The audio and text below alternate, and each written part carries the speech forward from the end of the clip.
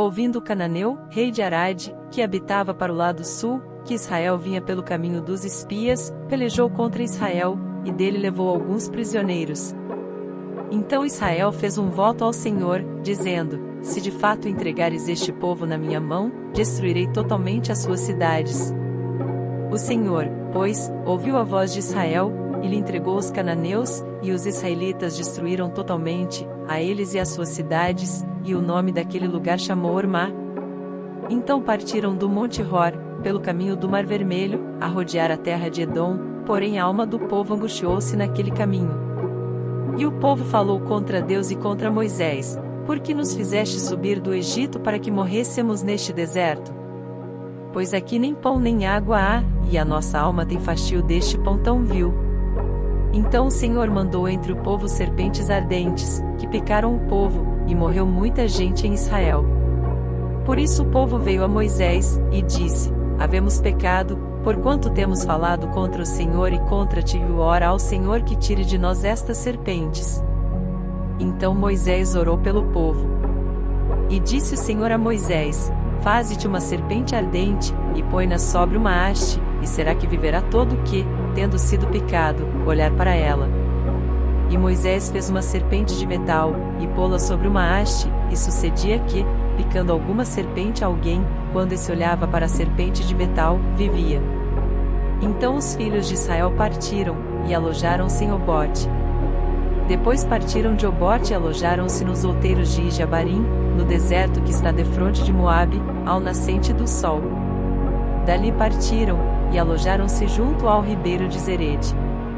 E dali partiram e alojaram-se no lado de Arnon, que está no deserto e sai dos termos dos amorreus, porque Arnon é o termo de Moabe, entre Moabe e os amorreus. Por isso se diz no livro das guerras do Senhor: o que fiz no Mar Vermelho e nos ribeiros de Arnon. E a corrente dos ribeiros, que descendo para a situação de Ar, se encosta aos termos de Moabe. E dali partiram para Bir, este é o poço do qual o Senhor disse a Moisés: ajunta o povo e lhe darei água. Então Israel cantou este cântico: brota, ó poço. Cantai dele. Tu, poço, que cavaram os príncipes, que escavaram os nobres do povo, e o legislador com os seus cajados. E do deserto partiram para Mataná, e de Mataná a Naaliel, e de Naaliel a Bamote.